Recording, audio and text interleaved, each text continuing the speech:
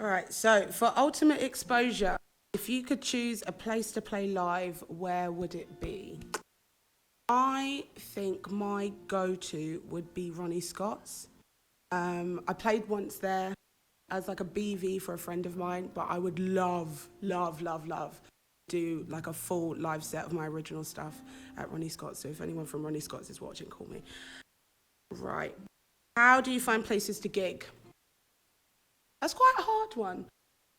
I think a lot of it is I look at singers and like songwriters that I really admire or who are roughly at the same stage as me, and then look at the venue that they've played at, and I'll either send messages to that venue or see if I can book it myself and then kind of invite people to it. So that's like the best way that I find places to gig. How important is it to play live?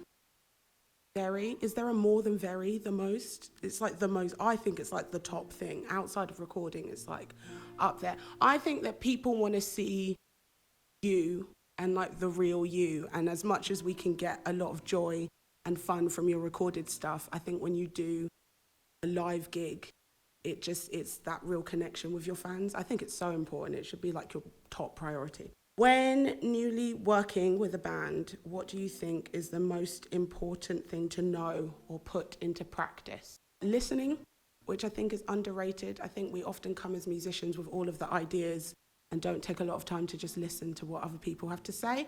I've learned a lot from my band members, and I don't think that musically we'd be at the place that we are now if we hadn't taken the time to like listen to other people's ideas and just to try stuff out. I think also just try everything out. Like if someone says an idea, even if you think it's trash, like try it out once, see what happens, because you never know, you might get some gold. We get some gold, don't we? Yeah, we get some gold. What improvements have you brought to your live performance? I talk a lot. I talk a lot, and I often get told that I talk too much in between songs. So that would probably be the first improvement, is learning to talk less. The second thing I think is learning to interact more with band members. I spent a lot of time playing by myself or just me and my sister. And so when you bring other people into it, it's really weird if I'm like this and like everyone else is here. So learning to just like interact with them and spend some time with them, I think has been really, really helpful. Yeah. George is on board. That's it.